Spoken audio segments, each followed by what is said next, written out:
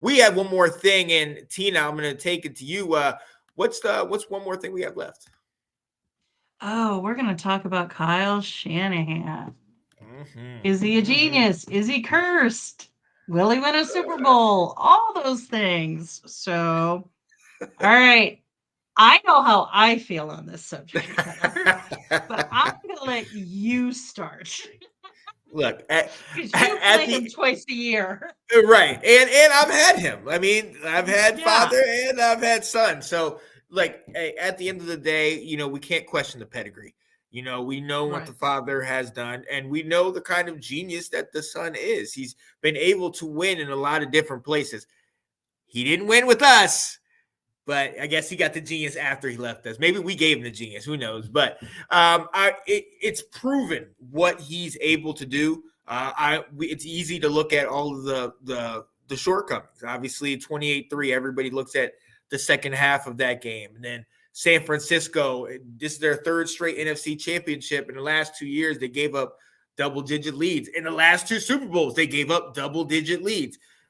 And at the end of the day, you kind of say, well, what's the common denominator? And you have to say it's Kyle Shanahan. So for however great he has been in being able to assemble the staff and bringing everybody in and have these new ingenious ways of doing things and not having to have a number one draft pick at quarterback, I mean, that alone, we have to give him his flowers. He's amazing. However, Tina, and you've seen it firsthand, he just there's something about just getting over, and he can get to the halftime in the Super Bowl and be up. He can get to the fourth quarter, but there's something like this. He just can't get over the hump, and I don't know what it is. Is he cursed? To me, I'm not superstitious, but I'm a little stitious. So he a little something. There's something going on there. He might need to bring his little rabbit foot or his clover or something because something's going on. What you think, Tina? Two things. One, 28-3. Isn't there another side of the ball that should be stopping the offense from being Very able to true. score Very true. 25 points in the second half? Very So, true. at least the Atlanta game, as rough as that game was for me to watch because it was the Patriots, and that Of just course. kind of kills my soul too. Um, it wasn't Kyle. Yes, they should have scored more. Yes, there should have been some adjustments, but the defense had to also win that game too. You can't just True. go Yeah. up 28-3 and skate and think you're going to win. But Oh, yeah. two, and this is the thing that I when people start talking about some of this stuff, this is what I kind of look at. But I'm going to go through some stats because you brought it up. Okay. He's 64 to 51 in regular season games. He's 8-3 in the postseason, Hmm. and those three losses were to teams who won the Super Bowl. Ooh. Okay. He's had three division titles, and he's had a top five offensive yards in the past 4 years. Hmm. He's hitting every mark, and I'm going somewhere with this. I Oh yeah. promise I'm following. everybody I'm out there. following. Okay. So, and this is only in his 7 seasons with the 49ers. This isn't even including anything that he did with any of the other teams that he was Right. at. Okay. So, all that's happening. What's the common denominator between him and Andy Reid? Hmm. Andy Con- Reid lost in 2001, yeah. 2, 3, 4, and 5 when he The was with the champion. Eagles. The He championship or the Super left Bowl? either one. Yeah. And then he leaves the Eagles and he goes to the Chiefs. Yeah. Everybody talks about what an offensive genius, what a head coach genius he is. I'm not saying that Kyle Shanahan needs to leave the Niners. I don't think he should leave the Niners. Yeah. But he's young, like Andy Reid was younger in those years. So he went from Very true. 2004 and he didn't win a Super Bowl until 2019. That's 15 years later. Oh yeah. Like, I think people are putting too much emphasis on the Super Bowl, is Yeah. what I think, because there's another analogy here. would you consider to be one of the best quarterbacks who never won a Super Bowl? Dan Marino. Bingo. Oh yeah. Do we just say it is the Super Bowl isn't the one statistic Right. that decides whether a quarterback is good or not. Now, yes, he's behind Montana and Brady and John Elway and those guys kind of and Patrick Mahomes and those guys because he didn't win Super Bowls. But he was dominant. That Miami Dolphins team was so dominant. So if you're not going to take away the shine on Dan Marino's career, why are you taking away from everything that Kyle Shanahan has done? Very true. Very true. Yeah. And there's you and I talked about this too. I mean, the list of coaches who never won a Super Bowl. Right.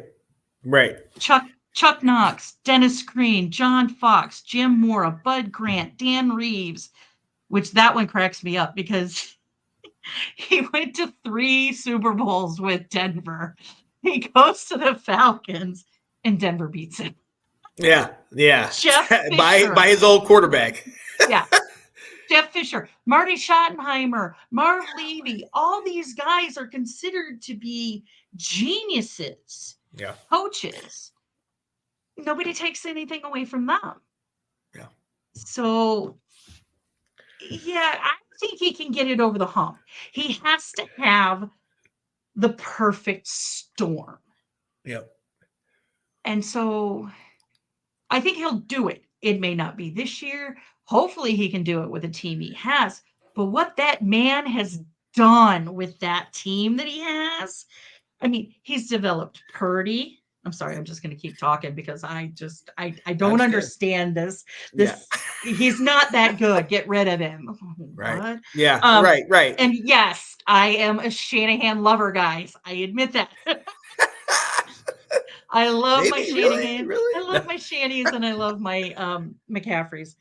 He developed Purdy. He developed Debo. He developed Kittle. He's developed Ayuk.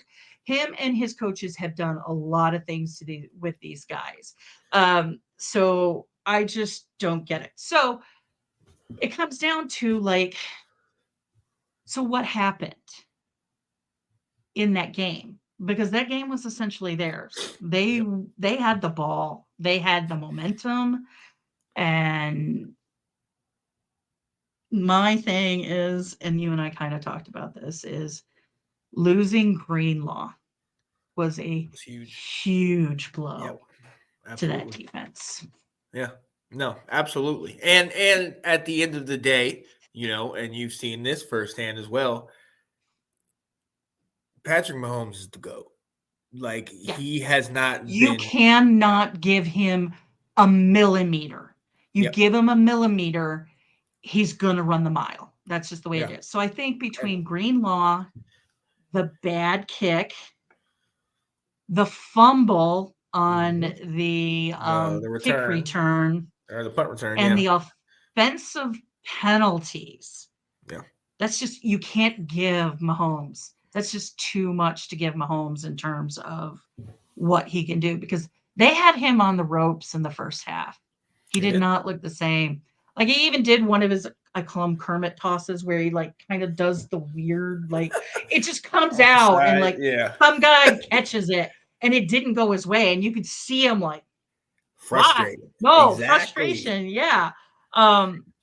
So, I mean, the offensive line was mad. They didn't make it. There's things there. And I think it's time he needs to find the right people, the right time. Their offensive line is not that good besides Trent Williams. So, and he didn't look great in the Super Bowl. He had some moments where jumping like a cat on a hot tub roof. So he and that's the thing. And you add that in. We talked to Greenlaw, but let's be very honest. CMC, Debo, those guys did not come into this game 100%.